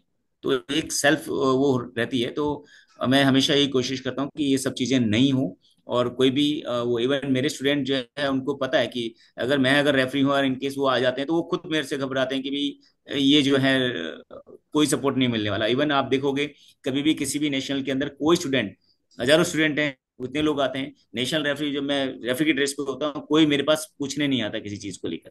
मेरा स्टूडेंट कभी भी किसी भी वीडियो में देखो कहीं भी देखो कोई नहीं आता मेरे, उनको पता है कि ये इंटरटेन करेंगे ही नहीं, बात ही नहीं करता मैं वहां पर। जिसको करना है क्लब बैठा हुआ है, पूरे दिन बैठे हैं, आपके पास पूरा महीना रहता हूँ, और वहां पर पूछो जितना पूछना है। लेकिन वो ये नहीं है कि चैंपियनशिप में जाने के बाद आप कुछ पूछने की जरूरत नहीं है मेरे से। आपको जो जितना सीखा है, जो आपने किया है, वो आपको वहां इम्प्लीमेंट करना है। तो वो सब चीजें होनी चाहिए। तो वो सब चीजें मैं चाहता हूँ कि सभी लोग उस चीज को फॉलो करें, तो अच्छा होगा। हम अच्छे खिलाड़ी, अच्छे एथलीट और अच्छे रेफरीज को तैयार कर पाएंगे। हमारी यही कोशिश है। तो बिल्कुल हम सारे आर्म रेसलिंग फैंस भी चाहेंगे कि जो भी पॉइंट्स आप अभी शेयर कर रहे थे इम्प्लीमेंट हो और एक फेयर मैच हमेशा देखने को मिले हमें। तो एक और क्वेश्चन है, नेक्स्ट क्वेश्चन की तरफ हम चलते हैं कि जैसे कि हम देखते हैं डेवॉन लैरेट के मैचेस में कुछ ज़्यादा ही ट्रैश टॉक उनकी तरफ से होती है और रेफरीज के लिए बहुत ज़्यादा हार्ड टाइम हो जाता है उनको मैनेज करना। तो इंडियन आर्म रेसलिंग में अगर हम बात करें तो आपने कभी ऐसा कुछ देखा हो कि काफ़ी ज़्यादा कोई प्लेयर सेटअप में ही काफ़ी प्रॉब्लम करता हो, उनको मैनेज करना काफ़ी दिक्कत हो, तो इंडियन डेवॉन लैरेट कौन है आपके हिसाब से? देखिए हमारे यहाँ तो आजकल सारे लैरेट ही हैं, जितने भी लोग लगे हैं लैरेट को बहुत स्टार खिलाड़ी हैं। रियली अप्रिशिएट वो आमर सिंह को प्रमोट करने के लिए भी, और गेम को डेवलप करने के लिए भी, और बच्चों को मोटिवेट करने के लिए, ट्रेनिंग के लिए बहुत अच्छा उनका कंट्रीब्यूशन है, ग्रेट कंट्रीब्यूशन उनका है। तो लेकिन ये है कि यहाँ भी बहुत बच्चे लैरेट बनना चाहते हैं, लेकिन कहने का मतलब है कि हर कोई लैरेट नहीं बनता। अगर लक्ष्मण भंडारी है तो लक्ष्मण भंडारी ही बनेगा, लैरेट है तो लैरेट ही है, अली है तो अली ही है। ठीक है ना? तो उसमें वो आप चेंज नहीं कर सकते उस चीज को। आप किसी को कॉपी नहीं कर सकते। आर्म रेसलिंग एक ऐसा गेम है कि you can not copy in a single person, किसी को नहीं कर सकते। आप कोई टेक्निक किसी को कॉपी नहीं कर सकते। आपका मूवमेंट, आपका एंगल, आपका थॉट, आपका खेलने का स्टाइल, हर चीज अपनी है। मैं कहता हूँ अपनी गेम डेवलप करो। Game arm wrestling is your game, individual game है। आप एक इंडिविजुअल हो, आप उनकी टेक्निक को लीजिए, समझिए वो कैसे कर रहे हैं, क्योंकि आर्म रेसलिंग ये नहीं है, आउटसाइड गेम नहीं है ये। It's arm wrestling come from inside, आपके अंदर से गेम आती है। और जब आप पंजा लड़ा रहे होते हैं, आपके हाथ पर हाथ होते हैं, मैच चल रहा होता है, पैड पर आपके होते हैं, तो उसके अंदर सामने वाला खिलाड़ी हुटिंग करता है, आप इसको टॉप रोल मार लो, इसको हुक कर दे, उसको ये कर दे। लेकिन उन दो खिलाड़ियों को मालूम है कि इंटरनली क्या चल रहा है। टेबल पे जो दो खिलाड़ी फाइट कर रहे हैं ना, हाथ जिनके भिड़े हुए हैं, उनको मालूम है अंदर क्या चल रहा होता है, क्या गेम चल रही है, उसका क्या करो। वो बोलते टॉप मारो, वो तो उस पोजीशन में नहीं कि टॉप को हिला भी दे वहां से। लेकिन वहां पर गेम होती है कि आपको अपने खुद से खेलना होता है, आपको खुद से डिसीजन लेना है कैसे खेलना है। ये सेल्फ गेम है आपका। तो हर बंदा लेरेट हो। और दूसरी बात है, बहुत सारे जो रेफरीज के लिए भी चैलेंज होता है, लेकिन वो क्या होता है कि अगर रेफरी स्ट्रांग है तो वो किसी को अपने ऊपर हावी नहीं होने देगा। आप अगर स्ट्रांगली अगर फोकस करके चल रहे हो रेफरीज को, हमने देखा है कि रेफरीज या तो बायस होंगे तब वो थोड़ा सा आपको लीनियंट से दिखेंगे उसको, या फिर जो है वो इतना कॉन्फिडेंट नहीं होंगे अपने उसके ऊपर, रेफरीशिप के ऊपर, वहां पर थोड़ी सी लैकिंग सुन वो हो जाती है। या फिर कई बहुत सारे रेफरीज कि दो बड़े खिलाड़ी अगर आ गए हैं, स्टार खिलाड़ी आ गए हैं, तो वहां थोड़ा सा नर्वसनेस उनको आ जाती है कि दो खिलाड़ी हैं, कोई गड़बड़ ना हो जाए मेरे से। कुछ इस तरह से भी चीजें हो जाती है। लेकिन ओवर द टाइम जब आप एक्सपीरियंस ले चीजें करते हैं तो वो चीजें आती हैं। एक खिलाड़ी है कि सामने वाला बहुत अच्छा खिलाड़ी आ गया और एक हल्का खिलाड़ी आ रहा है, तो पहले उसके नाम को देख कर हो जाएगा, यार इतना स्टार खिलाड़ी मेरे सामने, मैं कैसे जीतूंगा। तो वो 50% तो वहां से डाउन हो जाता है। लेकिन मेरे कहने का मतलब है हर खिलाड़ी मिस्टेक करता है, कोई भी इतना बड़ा खिलाड़ी हो, कितने भी खिलाड़ी हो, कहीं ना कहीं मिस्टेक करता ही करता है। हो सकता है एक स्टार खिलाड़ी भी जाकर हो जाए। सेम वे अगर मैं ये बात करूं तो भी वर्ल्ड कप में भी डैनिक खेला था, वो सेकंड पोजीशन, उसने सिल्वर मेडल लिया है। तो वो पहले उसमें जाकर ही वो सेकंड मेडल लिया, मतलब कहीं ना कहीं उसके ऊपर भी कॉन्फिडेंस होगा ना, उसको भी, उसका भी एक जुनून दिया होगा। उसके सामने भी तो सारे इंडिया के वर्ल्ड के टॉप खिलाड़ी उसके सामने आए थे, लेकिन उनको उन्होंने वो किया। लेकिन एक कॉन्फिडेंस होना चाहिए, चाहे सामने खिलाड़ी को नहीं देखना, आपने अपनी गेम को देखना है। तो यही मैं कहूंगा कि आप अपनी गेम को देखिए, सामने कौन है कौन नहीं है उसको नहीं। रेफरी से भी बोलूंगा कि सामने कौन खिलाड़ी है, कितना बड़ा है कितना छोटा, से मैटर नहीं है। आपको केवल फेयर न्यूट्रल और जो वाफ के हमारे रूल्स है उसके अकॉर्डिंग आपने मैच कराना है, दैट्स इट। वो आपकी क्रेडिबिलिटी है, क्योंकि रेफरीज के तो आपके थ्रू मैं ये भी कहना चाहूंगा कि देखो, सारी वीडियोस बनती हैं, सब लोग आपको देख रहे होते हैं, आप बायस हो तब भी दिखते हो, न्यूट्रल हो तब भी दिखते हो। तो इसलिए अपनी पोजीशन को लेट डाउन मत करिए, क्योंकि आज के रात सोशल मीडिया का जमाना है, सब लोग वॉच कर रहे हैं। तो आप किसी को फेवर करके कुछ नहीं मिलने वाला, आप डिमोटिवेट हो जाओगे उसमें। तो बेटर है अपने आप को स्ट्रांग करिए, कॉन्फिडेंट करिए, अपडेट करिए अपने गेम को रेफरीशिप में, और अच्छा करिए, ताकि सब आपकी तारीफ करें कि ये बेटर न्यूट्रल रेफरी हैं। तो फिर हम आगे बढ़ते हैं अपने नेक्स्ट क्वेश्चन के ऊपर। जब बात स्पोर्ट्स की आती हाँ। है, जब स्पोर्ट्स ग्रो करने लगता है, तो एक बहुत ही कॉमन क्वेश्चन लोगों के भी दिमाग में आने लगता है, जो था स्टेरॉइड से रिलेटेड, कि अब ये लोग इनहेंस हो चुके हैं, स्टेरॉइड यूज करते हैं, ओके। इनकी वजह से ये ज्यादा पावरफुल हो जाएगी, ज्यादा स्ट्रेंथ हो गई है, जो ज्यादा स्टेरॉइड लेगा वो ज्यादा पावरफुल होगा। इस तरह का कॉन्सेप्ट बच्चों के दिमाग में आने लगता है कि अब मुझे लगता है कि स्टेरॉइड लेके ही आगे बढ़ना पड़ेगा। तो आपके इतने सारे के एक्सपीरियंस से आपने कैसे देखा है स्टेरॉइड की दुनिया को आर्म रेसलिंग के अंदर, आपने क्या एक्सपीरियंस किया है और आप इसके ऊपर क्या बात करना चाहते हैं, किस तरीके से बताना चाहते हैं? देखिए, जो क्वेश्चन आपने बहुत अच्छा उठाया है, और ये बहुत जरूरी भी है कि एथलीट्स को जो है ये मालूम होना चाहिए कि उसके लिए क्या सही है और क्या गलत है। और स्टेरॉइड्स को जो आज की डेट में, जो मेरा अपना पर्सनल मेरी जो ओपिनियन है, अगर मैं बोलूँ तो जितनी भी इंजरीज हो रही हैं वो मैक्सिमम स्टेरॉइड की वजह से हो रही हैं। उसका एक बहुत बड़ा रीजन है, जब आप एक शॉर्ट टर्म गेन के ऊपर जाते हैं ना, तो उसके लिए शॉर्टकट जो आप अपनाते हैं वो आपको बहुत बड़ा नुकसान भी करता है, क्योंकि शॉर्टकट कोई चीजें कोई भी लोगे तो वो कहीं ना कहीं आपको हर्ट कर रहा है। और आप आर्म रेसलिंग एक आपकी ह्यूमन बॉडी है आपकी, आप इंटरनल ऑर्गन्स को आप बिल्कुल रेड को जाम कर देगा, और रहेगा उसको दबाने के बाद वो आपके ऊपर फोर्स करेगा आपके उसको। तो जो स्टेरॉइड्स जो है आपके इंटरनल ऑर्गन्स को इतना डेड कर देगा कि वो नेचुरल उसकी जो ग्रोथ है वो रुक जाएगी, नेचुरल फंक्शनिंग उसकी स्टॉप हो जाएगी। और इसी वजह से जो इंजरीज होती है, डिसीजेज होती है, बीमारियां होती हैं, वो सबसे ज्यादा आप देखोगे जो स्टेरॉइड्स वगैरह के हैं। अगर मैं बात करूँ कोविड के टाइम पर भी आप देखो, जो जो लोग स्टेरॉइड्स ले रहे थे उनका सर्वाइवल बहुत मुश्किल हो गया था, क्योंकि उनके जो नेचुरल इंटरनल ऑर्गन्स एक्सरसाइज नहीं कर पा रहे थे, स्टेरॉइड का यूज नहीं हो रहा था। नेचुरल ऑर्गन्स को इतना ज्यादा डैमेज कर दिया था कि वो आपका प्रॉपरली फंक्शनिंग नहीं आ रही थी उनकी। और स्टेरॉइड्स और ये चीजें जाती है बॉडी के अंदर, वो इतनी जल्दी वॉश आउट नहीं होती, इतनी जल्दी नहीं निकलती हैं। दूसरा जो चीज होती है, आपकी मेडिसिन के आपके ऊपर इतनी जल्दी असर नहीं करती है, क्योंकि जब आपकी मेडिसिन मिलती है as a medicine, steroid is too good, बहुत बढ़िया है वो, लेकिन वो डॉक्टर की प्रिस्क्रिप्शन से, डॉक्टर की सलाह के साथ दी जाती है। और वो कितनी दी जाती है वो उसके ऊपर भी है। तो वो डॉक्टर जब आपके ऊपर, आप ऑलरेडी, मैं एक स्टूडेंट का अगर एक हैबिचुअल एथलीट हूँ, और मैं खुदा ना खास्ता किसी डिजीज में या किसी बीमारी में चला गया हूँ, और आपकी इतने अनकॉन्शियस हो कि आप जो है वो नहीं कर पा रहे हो, या बता नहीं पा रहे हो, या नहीं बता पाए कि मैं ऑलरेडी इतना स्टेरॉइड ले रहा हूँ। डॉक्टर एक नॉर्मल पेशेंट की तरह आपको ट्रीट करेगा, और जो नॉर्मल पेशेंट को जो डोज दी जाती है स्टेरॉइड्स की, वो उतनी ही डोज आपको देगा। लेकिन आपकी बॉडी में ऑलरेडी उससे कई गुना ज्यादा स्टेरॉइड्स आपका चल रहा है बॉडी के अंदर, तो वो स्टेरॉइड्स तो असर करेगी नहीं बिल्कुल भी, और दवाई भी असर नहीं करेगी उसके ऊपर। तो इसी वजह से चीजें होती है, जब आदमी बीमार पड़ता है तो उसका इलाज जरा बहुत मुश्किल हो जाता है इन चीजों पे। और ओवर द टाइम आपकी जो बॉडी जो है ना, आपका साथ देना छोड़ देती है। आप थोड़े पर ओवर एज होने लग जाओगे ना, आपकी बॉडी आपका साथ देना छोड़ती है। क्यों? क्योंकि आप उसको इतना फंक्शंस को इतना स्टॉप कर चुके होते हो, इंटरनल ऑर्गन्स को, और आप जो खड़े हो इंटरनल ऑर्गन्स की वजह से खड़े हो, बाहर की बॉडी शो ऑफ है, ठीक है ना, आपका एक बाहर दिखावा है कि भी एक बॉडी को आप कैसे भी बना लो।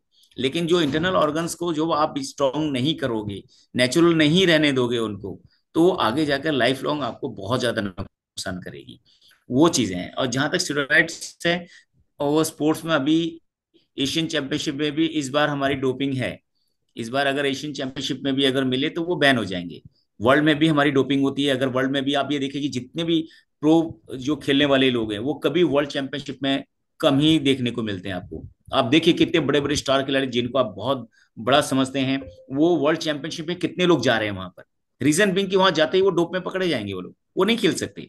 उनके लिए एक रास्ता होता है, प्रो खेलना है, प्रो में पैसा भी है, सब कुछ है, वो सब चीजें उसमें पैसा लगा भी रहे हैं, कर भी रहे हैं। लेकिन एंड ऑफ द डे अगर वो स्टेरॉइड्स यूज कर रहे हैं, जो भी कर रहे हैं, तो मेरा मामला है कि वो अपनी लाइफ को धीरे धीरे कट करते जा रहे हैं। अपनी लाइफ का जो है, जितने भी लाइफ ऊपर वाले ने दी आपको, उसको आप खुद ही अपने उसमें काटते जा रहे हैं, उसको आप अपनी लाइफ को खुद शॉर्ट कर रहे हो आप। तो बेटर है कि नेचुरल उसमें आप आइए, नेचुरल गेम के लिए sports is not about this आपके मेडल अचीवमेंट्स, एक चीजें हैं, लेकिन आपके स्पोर्ट्स एक इसलिए भी बनाया गया है कि आपकी फिजिकल एक्टिविटी बने, आपके जो सिस्टम जो है आपका प्रॉपरली वर्क करे, आप हेल्दी रहें, फिट रहें हमेशा फॉर एवर। स्पोर्ट्स इसके लिए, अगर जो नेचुरल होगा वो फॉर एवर रहेगा देखना, जो स्टेरॉइड्स पे होगा वो थोड़े टाइम पर, लाइक आपको एक एग्जांपल देता हूँ कि बैलून है, बैलून को जब आप हवा भरते हैं तो फुलाते रहते हैं फुलाते रहते हैं, तो क्या है कि वो बहुत खूबसूरत लगता है, लेकिन जब उसकी हवा निकलती है तो उसका जो जो हाल होता है वही धीरे धीरे हमारी बॉडी का भी हाल होना शुरू हो जाता है। तो इतना ही कहूंगा कि स्टेरॉइड्स को आप जितनी जल्दी हो सके वहां से बाहर निकलिए, न्यूट्रल में आइए। लाइफ इज ब्यूटीफुल, इंजॉय करिए, गेम इज बहुत ब्यूटीफुल है जो आपको नेम फेम सब देता है, नेचुरली आप अपने आप को ग्रो करिए। स्पोर्ट्स मेडल एक लेवल के लिए, एक शॉर्ट टर्म के लिए अच्छा है, लेकिन steroids is not the career. और स्टेरॉइड्स में मेडल लगाना कोई बड़ी बात नहीं है, कल को मैं भी स्टेरॉइड लेकर मैं भी बहुत लोगों को कर सकता हूँ, क्योंकि टेक्निक मेरे को मालूम है, स्ट्रेंथ है मेरे पास, पावर है सब मेरे को, स्टेरॉइड्स में फोर्स में बना लूंगा तो मैं भी बहुत सारे मेडल जीत सकता हूँ स्टेरॉइड्स में, लेकिन क्या फायदा उसका? मेडल तो जीत जाऊंगा लेकिन लाइफ हार जाऊंगा, क्या फायदा? तो चूज करना है मेडल या लाइफ। तो इतना ही कहूंगा, बाकी सब लोग समझदार हैं। बिल्कुल। तो इसी के ऊपर एक और भी सवाल उठता है कि हमने वर्ल्ड के अंदर भी, वर्ल्ड था आई थिंक, वर्ल्ड के अंदर भी देखा था आर्टियम मोरोजोव को compete करते हुए। तो ये भी एक क्वेश्चन आप हम्म। हमेशा इस फेडरेशन के ऊपर उठाता है कि वर्ल्ड लेवल जैसे कॉम्पिटिशन्स के अंदर आर्टियम मोरोजोव जैसे प्लेयर जो साफ ही दिखता है, भले ही वो एक्सेप्ट ना करे, बट वो साफ दिखता है, उनकी बॉडी स्ट्रक्चर देख के समझ में आता है कि वो बिल्कुल ही इनहेंस बॉडी बिल्डर है, आर्म रेसलर है। तो क्या इस तरीके से वर्ल्ड के अंदर उनको अलाउ किया गया और उनको खेलने का मौका मिला? देखिए, जो सबसे बड़ी चीज है कि आज की डेट में सबका टेस्ट होना बहुत मुश्किल होता है, कि आपको अगर आप पता करेंगे, जो डोप का टेस्ट है वो बहुत एक्सक्लूसिवली, बहुत हाईली एक्सपेंसिव टेस्ट होता है। हम्म। एक नॉर्मल टेस्ट होता है, फिर उसके बाद दूसरा टेस्ट किया जाता है, और ऐसा नहीं है कि टेस्ट नहीं होते हैं, वहां पर टेस्ट लिए जाते हैं जितनी कैटेगरीज में विनर्स होते हैं सब, क्योंकि मैं विटनेस हूँ, मैं देखता हूँ, वर्ल्ड जाता हूँ मैं, मुझे मालूम है उनकी पूरी, हमारी पूरी टीम रहती है वहाँ, वर्ल्ड की टीम रहती है, एक टेक्निकल टीम होती है जो पूरा इसको चीज को मॉनिटर करते है, देखती है। और बहुत बच्चे इसमें बैन भी होते हैं, अगर में जब वो बैन किया हुआ है, कई लोग बैन भी होते हैं उसके अंदर, लेकिन ये होता है कि कोई पकड़ा गया कोई नहीं पकड़ा गया वाली बात है। और उसमें भी ये होता है कि जितने भी, अगर अब एक एक 1,500 एथलीट आ रहे हैं तो एक 1,500 एथलीटों का मतलब डोप टेस्ट कराना, मतलब आप सोचिए कि क्या नंबर होता है, आप पता करेंगे कि हजारों रुपए का टेस्ट होता है वो, एक एक खिलाड़ी के ऊपर, एक एक टेस्ट के ऊपर। तो सबका तो टेस्ट पॉसिबल नहीं, लेकिन ये होता है कि रैंडमली चेक किया जाता है, अगर किसी को डाउट हो रहा है कि भाई इसका डाउट है तो उनको पकड़ के उनका टेस्ट लिया जाता है। दूसरा, एक बार रैंडमली उनके पास चॉइस होती है कि किसको करना है वो, जैसे आपका फर्स्ट सेकंड थर्ड 3 मेडल आ गया, तीनों मेडल के ऊपर हमने वो कर दिया, तो ये जरूरी नहीं कि तीनों का ही टेस्ट होगा, उसके अंदर से किसी एक का चॉइस होता है, तो उसके ऊपर फिर उसकी कॉल होती है कि किस तरह से उनको किसको चूज करना है।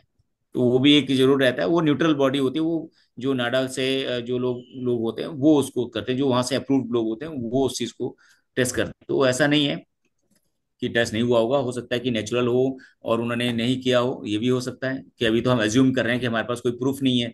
तो जब तक कोई प्रूफ नहीं हो तब तक उसको एलिगेट नहीं करना चाहिए, ये इतना मैं जरूर कहूंगा। हाँ, अगर किसी को लगता है बाहर से देखने में कोई बहुत नेचुरल भी होता है कि बहुत नेचुरली अपने आप को ग्रो करता है, बहुत मेहनत करता है, कोई बंदा 1 घंटे की प्रैक्टिस करता है, कोई 3 घंटे, कोई 6 घंटे करता है, 8 8 घंटे बच्चे प्रैक्टिस करते हैं, वो उसमें भी फर्क फर्क पड़ता है उसमें भी। ऐसा नहीं है कि नेचुरल आदमी ग्रो नहीं कर सकता है, नेचुरल आदमी उसको अच्छी अपनी बॉडी नहीं बना सकता, ऐसा भी नहीं है। तो बहुत नेचुरली लोग अपने आप को ग्रो करते हैं, बहुत बच्चे हैं। तो वो भी ऐसा ही, इतना ही कहूंगा कि जब तक हमारे को प्रूफ ना हो जाए तब तक नहीं बोलना चाहिए किसी के लिए। लेकिन ये है कि हाँ, अज्यूम तो सबके लिए किया जा सकता है, लेकिन किसी को टारगेट करके उसको उसको नुकसान नहीं पहुंचाना चाहिए, कहने का मतलब है। हाँ, अगर वो हो गया तो आप उसके बारे में बात करिए, उसमें कोई दिक्कत नहीं। तो एक और नेक्स्ट क्वेश्चन है आपके लिए, खासकर इतने सालों के एक्सपीरियंस के बाद, अगर आर्म रेसलिंग में कोई एक चेंज आप लाना चाहते हो रूल्स में या फिर किसी और चीज़ में, तो वो क्या होगी? देखिए, मैं केवल इतना ही चाहूंगा कि जितने भी हमारे एथलीट्स हैं चाहे रेफरीज हैं, नॉलेज होनी चाहिए बस। नॉलेज ही आपको आगे बढ़ाएगी। अगर आपके पास नॉलेज नहीं है ना, तो वो फिर आर्म रेसलिंग कितना भी कर रहे हैं, अगर आप, मैं आज की डेट में बताऊं, आप पूछो किसी को कि डायमेंशंस क्या होती हैं टेबल्स की, आर्म रेसलिंग की टेबल्स की, हजारों खिलाड़ी खेलते हैं, अगर वो पूरी टेबल की डायमेंशंस बता दे तो देखो कितने खिलाड़ी बता पाते हैं। और मैं सबको बोलता हूँ कि जिस गेम को आप खेलते हो एटलीस्ट उसकी डायमेंशंस तो मालूम होनी चाहिए, गेम तो मालूम होनी चाहिए, रूल तो मालूम होनी चाहिए। आप खिलाड़ी को खड़ा करिए उसमें कि कितने रूल्स होते हैं, कितने फाउल्स होते हैं, किस किस तरह से खेलते हैं, वो नहीं बता पाएंगे। लेकिन हाँ, सोशल मीडिया पे वो बहुत सारा ज्ञान देते हुए बहुत लोग मिलेंगे आपको। लेकिन मेरे कहने मैं ये चाहूंगा कि सभी लोग नॉलेजेबल हों, हर एक चीज की नॉलेज हो उनको, चाहे वो खिलाड़ी हो चाहे रेफरी हो। रूल्स की नॉलेज सभी को होनी चाहिए। अच्छा खिलाड़ी वो है जो रूल की पूरी नॉलेज रखता है, ताकि अगर कहीं गलती हो रही है तो रेफरी को बोल सके कि सर यहाँ पर ये चीज, ये रूल होता है, ये चीज इस तरह से की जाती है। रेफरी को भी एम्बेरेसिंग होगी कि देखो एक खिलाड़ी मुझे बता रहा है कि ये रूल होता है, मुझे रूल नहीं मालूम है, तो वो अपने आप को अपग्रेड करेगा। देखो, रेफरी भी ह्यूमन बीइंग है, कोई रेफरी ये नहीं है कि कोई बहुत रेफरी है, सारे रेफरीज ऐसे होते हैं कि भी सारे बायस होते हैं, सारे वैसे, ऐसा नहीं होता है। रेफरी भी वो करता है। और इतना ज्यादा नहीं है कि किसी का ब्रेड एंड बटर है, किसी का घर चल रहा है रेफरीज का। रेफरीज भी अपना इतना कुछ मिलता नहीं है रेफरीज को, सुबह से शाम तक खड़ा रहता है। आप ये मुझे बताओ, सबसे ज्यादा हार्डवर्क जो करता है किसी टूर्नामेंट में, वो बेचारा रेफरी करता है। सुबह से लेकर खड़ा है, खिलाड़ी आया, अपने मैच खेला, चला गया, लेकिन वो वहीं खड़ा है। उसको कई बार खाने को नहीं मिलता, पीने को नहीं मिलता, चाय पीने को पानी भी बेचारा मांगना पड़ता है उसको कई बार। तो बहुत सारी चीजें होती है, रेफरीज के लिए बड़ा टास्क होता है। और रेफरीज को 50 चीजें ध्यान में रखनी है। एक रेफरी को आप बनोगे ना, जिस दिन रेफरी कोई बनेगा तब उसको पता चलेगा कितना बड़ा, यहाँ से बाहर से खड़े होकर उसके ऊपर एलिगेट करना और वहां पर उसको डिसीजन देना कि 50 चीजें उसको मॉनिटर करनी है। हर चीज मॉनिटरिंग, एल्बो देखनी है, पैड देखनी है, फॉल देखना है, शोल्डर देखना है, हैंड देखना है, पिन देखना है, पैक देखना है, हर चीज, दोनों की मूवमेंट देखनी है। वो एक को नहीं देखना, दोनों को वॉच करना है आपने। तो कहीं ना कहीं कोई ना कोई एरर कहीं ना कहीं छूट जाता है, तो उसी को एक को चीजें पकड़ते हैं। लेकिन वो नहीं देखते कि वो बेचारा सुबह से लेकर शाम तक इतने सारे मैचेस करा रहा है, इतने राउंड्स करा रहा है वो, और वो उसमें कहीं ना कहीं तो एक आध मिस्टेक हो भी गई तो आप उसको इतना बड़ा इशू नहीं बनाइए। आपके पास देखो, आपके पास क्या है, खिलाड़ी के पास प्रोटेस्ट का राइट है ना। आप प्रोटेस्ट का राइट है ना, तो खिलाड़ी क्यों नहीं यूज करता उसको? मेरा सबसे बड़ा शिकायत ये खिलाड़ियों के साथ ये होती है। प्रोटेस्ट को सर राइट नहीं करेंगे, वो बाहर जाकर कमेंट्स करेंगे, बाहर जाकर वीडियोस बनाएंगे, बाहर जाकर उसके ऊपर, अरे भाई, वाफ ने भी बोला है, हर एक ने बोला है कि भाई आपके पास आपके रेफरी के डिसीजन को चैलेंज करने का राइट है। बेचारे रेफरी के पास आपको चैलेंज करने का कोई राइट नहीं है। रेफरी आपको कोई चैलेंज नहीं कर सकता। आप अपना टाइम ले रहे हो, 30 सेकंड आपको दिया हुआ है रेफरी के, 30 सेकंड खा रहे हो, आप पूरा ले रहे हो। वो मैच बेचारा वो लगा हुआ 30 सेकंड तक आपके साथ जद्दोजहद करेंगे, आप ग्रिप ले लो, ग्रिप ले लो, 30 सेकंड तक आप ग्रिप ले, उसके बाद आप रेफरी ग्रिप में आ रहे हो। रेफरी ग्रिप में भी आप सपोर्ट नहीं कर रहे हो, रेफरी ग्रिप में भी चाह रहे हो कि जो आपकी अपनी ग्रिप हो वो लेकर आए। रेफरी ग्रिप में सबसे ज्यादा लिगलेशन लगते हैं रेफरीज के ऊपर। प्रॉब्लम क्या हो कि खिलाड़ी खुद रेफरी ग्रिप गलत नहीं, गलत लेते हैं। खिलाड़ी को खुद नहीं पता कि भाई मेरे को ग्रिप कैसे लेनी है, तो वही खिलाड़ी आगे बोल रहे होते हैं। तो जो रेफरी ग्रिप कैसे ली जाती है वो तो सीखो पहले। आप सीखो पहले कि रेफरी ग्रिप कैसे ली जाती है, तब आपकी गेम बनेगी, तब आप अच्छा खेल पाओगे वहां पर। रेफरी को भी इजीली आपको ग्रिप देना है और खिलाना आसान होगा। तब आपको इतनी शिकायतें नहीं होगी, जब आपके पास नॉलेज होगी, आपको पता होगा मुझे कैसे खेलना है। तो यहाँ एक बहुत बड़ा चैलेंज इस चीज का रहता है कि हमारे को नॉलेज नहीं होती इन चीजों की, हमारे को रूल मालूम नहीं, हम प्रैक्टिस नहीं करते। कितने कोचेज हैं जो सारी चीजों को एक एक करके बताते हैं, कितने खिलाड़ी हैं जो इस तरह के लिए क्यूरियोसिटी होती है कि मैं जो रूल यहाँ पर नहीं है या मिसिंग कर रहा हूँ तो मैं जानने की कोशिश करता हूँ। आप पूछिए कितने खिलाड़ियों के साथ कि कभी उन्हें किसी से जाकर पूछा है कि ये रूल है तो मुझे रूल बताइए। बहुत कम परसेंटेज में मिलेंगे आपको ऐसे खिलाड़ी। तो हम अपनी नॉलेज को ही इनहेंस नहीं करना चाहते हैं और खाली सीधा जाते हैं, अपने जिम में प्रैक्टिस करी, टेबल प्रैक्टिस करी और सीधा टूर्नामेंट में चले गए। टूर्नामेंट में कैसे जाते हो? हमारे यहाँ बहुत शॉर्टकट है आज की डेट में। अब थोड़े टाइम बाद देखना ये डिसीजन भी हो जाएगा कि भी धीरे धीरे ऐसे खिलाड़ियों को लेने का जिनको नॉलेज नहीं है, जिनको रूल नहीं मालूम है, उनको पार्टिसिपेट करने ही नहीं दिया जाए। मैं तो कहता हूँ स्टेटों से भी कि अपने रेल खिलाड़ियों को पूरा एजुकेट करिए आप लोग, हर स्टेट से बोलता हूँ। नहीं होते हम बोलते हैं कि आपको हमारी जरूरत है, ऑनलाइन चाहिए, ऑफलाइन चाहिए, हम मदद करने को तैयार है, पैफी मदद करने को तैयार है। लेकिन यहाँ इतना जरूर कहूंगा कि जब से पैफी हमारी बनी है, जो पीपल आर्म रेसलिंग फेडरेशन जब से बनी है, तब से लेकर अभी तक बच्चों में, रेफरीज में बहुत ज्यादा नॉलेज इनहेंस हुई है। उससे पहले इतनी एक्टिविटीज नहीं होती थी, इतने सेमिनार, इतनी नॉलेजेस नहीं शेयर हो किया कर होती थी। लेकिन अब जो है बहुत चीजें, स्टेट भी इनिशिएटिव ले रहे हैं, रेफरीज भी इनिशिएटिव ले रहे हैं, अच्छे रेफरीज आ रहे हैं। आज की डेट में हमारे पास रेफरी की फौज है, उनको हमने और ग्रो करना है और इनहेंस करना है। हर कोई परफेक्ट नहीं होता है, मिस्टेक्स मैं भी हूं, मैं भी बेशक एशिया में और इसमें भी सीनियर रेफरी हूँ, वर्ल्ड में सीनियर रेफरी हूँ, हेड रेफरी हूँ, मिस्टेक मेरे से भी होती है, हर एक से मिस्टेक होती है। लेकिन ये डिपेंड करता है कि आपकी वो इंटेंशनली की है या वो बाय मिस्टेक आपसे हुई है या बाय उसमें हुई है आपकी, वो एक चीजें होती है जरूर। तो वो खिलाड़ी भी तो हारता है, तो भाई एक वेट में 25-30 खिलाड़ी आ रहे हैं तो जीतते हैं तो एक ही खिलाड़ी ने है ना। तो 30 खिलाड़ी कहीं ना कहीं किसी कमी से तो रहे हैं ना, 29 खिलाड़ी, एक खिलाड़ी जीता है ना। तो सबके सबको आप रेफरी के ऊपर ब्लेम करेंगे तो वो भी जस्टिफाई नहीं होगा। तो मेरे कहने का मतलब है कि नॉलेज सभी हो तो ज्यादा अच्छा होगा। नॉलेज में जो आपने पूछा है, मैं जरूर कहूंगा कि सभी को, चाहे वो रेफरी हो, चाहे वो खिलाड़ी हो, कोई भी हो, तो वो एक नॉलेज जरूर होना चाहिए, और एक ऐसा इन्वायरमेंट होना चाहिए गेम का तो प्रॉपर, अच्छे खिलाड़ियों के लिए भी, रेफरी के लिए भी अच्छा इन्वायरमेंट हो।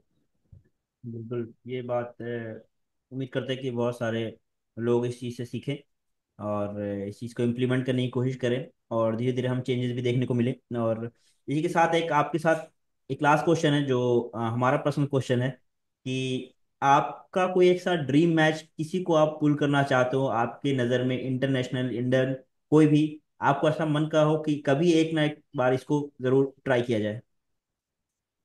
देखिए, मेरा तो ड्रीम केवल एक था कि मैं वर्ल्ड में मेडल लगाऊं और वर्ल्ड में गोल्ड मेडल लगाऊं। और मैंने वर्ल्ड कप में तो मेडल, गोल्ड मेडल लिया है रिसेंटली, अभी 2025 में। लेकिन वर्ल्ड चैंपियनशिप में भी रहना बाकी रहता है, क्योंकि वर्ल्ड चैंपियनशिप में जो है बहुत टफ मैच था, और मुझे लगता था कि मैं शायद निकल जाऊंगा। लेकिन जो मेरे अपोनेंट थे स्पेन के, उन्होंने बहुत स्मार्टली उस चीज को किया, तो वहां मैं उनको पकड़ नहीं पाया। तो वही है ना कहीं आदमी मिस्टेक करता है। तो मैं जब फाइनल में पहुंचा था, मेरे शायद उसमें 9-10 खिलाड़ी थे हमारी उसके अंदर पूल में। तो मेरे पूल में तो मैं जो है नॉन स्टॉप पहुंचा था वहां पर, यानी कि एक भी मैच मैंने लॉस नहीं किया था, मैं फाइनल में गया था। और वो आए थे लूजर हिट से आए थे वो, तो समहाउ उन्होंने कहीं ना कहीं तो लूज किया होगा। तो मैं कॉन्फिडेंट था कि मैं अच्छा वो कर लूंगा, लेकिन मैं उनकी गेम को बहुत ज्यादा जानता नहीं था, क्योंकि उनके साथ मेरा पहला मैच वहां पर हुआ था। स्पेन के वो जोकिन ग्रिडो आई थिंक थे वो, स्पेन से बहुत अच्छे खिलाड़ी थे वो।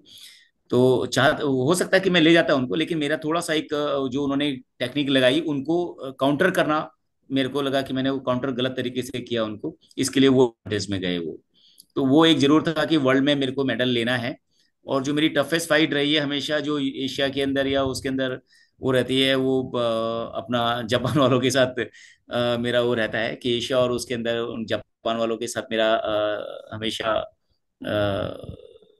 उनका रहता है टफ मैचेस गए हैं। एक आध वीडियो भी आपने देखी होगी उनके उसमें।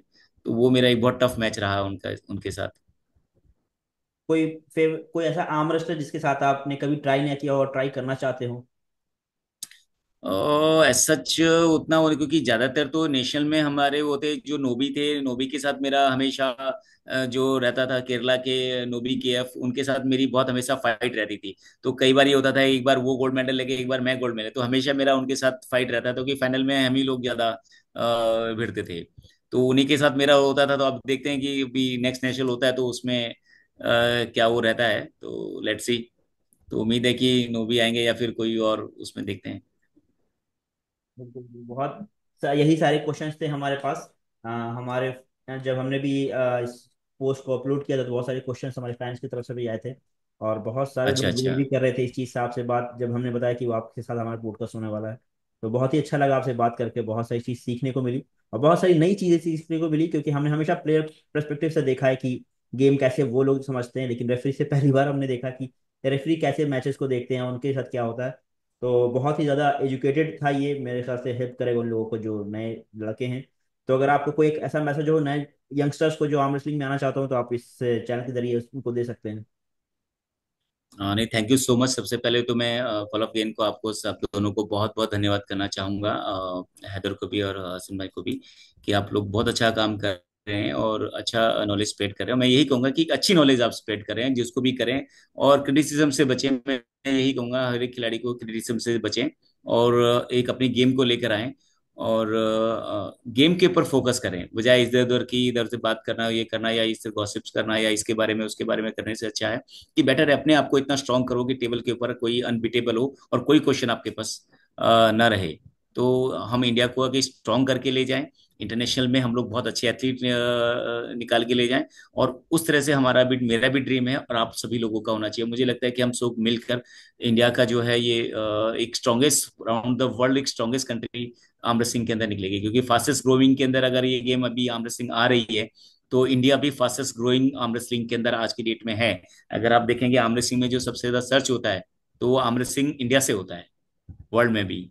तो वो भी एक बहुत बड़ा एक वो है। तो आई एम श्योर कि मेरा मैसेज सभी को ये है कि आप अच्छे बने, स्ट्रांग बने, नेचुरल बने, तो वो ज़्यादा अच्छा है। सप्लीमेंट्स लें लेकिन क्वालिटी और अच्छी चीज़ों के डाइट्स पे वो करें। नेचुरल जितना डाइट रखेंगे आपकी बॉडी उतनी नेचुरल होगी, क्योंकि जो सबसे ज़्यादा गेम के अंदर होता है, स्पोर्ट्स के अंदर, की आपकी डाइट बहुत इंपॉर्टेंट होती है। अगर आप अपनी प्रॉपर डाइट को मेंटेन करके चले, आपको ये मालूम होना चाहिए आपकी बॉडी की नीड्स क्या है। जरूरी नहीं है कि आपको बहुत ज्यादा ही कैल्शियम चाहिए या बहुत ज्यादा ही आपको प्रोटीन चाहिए, बहुत ज्यादा हो चाहिए। हमारी बॉडी की नीड्स क्या है पहले वो समझिए। पहले अपनी बॉडी के टेस्ट कराइए, उसमें देखिए कि किस चीज की कमी है, किस चीज की ग्रोथ हो रही है। और वो टेस्ट मैं कहता हूँ हर एथलीट को कम से कम 3 महीने, 4 महीने, 6 महीने में तो एक बार कराना चाहिए, ताकि आपकी ग्रोथ आपको पता चले कि आपकी ग्रोथ क्या हो रही है और आपको किस चीज की जरूरत है। तो उन चीजों को दूर करेंगे तो आई एम श्योर कि आपके रिजल्ट बहुत ही अच्छे जाएंगे। अब बहुत बच्चे बहुत प्रैक्टिस करते हैं, और कई बार बहुत सारे स्टूडेंट्स आते हैं मेरे पास, उनको बोलता हूँ कि आप एक बार टेस्ट कराइए। आपकी अगर ग्रोथ नहीं हो रही है, कहीं कहीं कोई लैकिंग हो रही है, मेहनत करने के बाद भी रिजल्ट नहीं आ रहे, तो उसका बहुत बड़ा रीजन होता है कि हमें हमारे को ये नहीं पता कि हमारी बॉडी की नीड्स क्या है।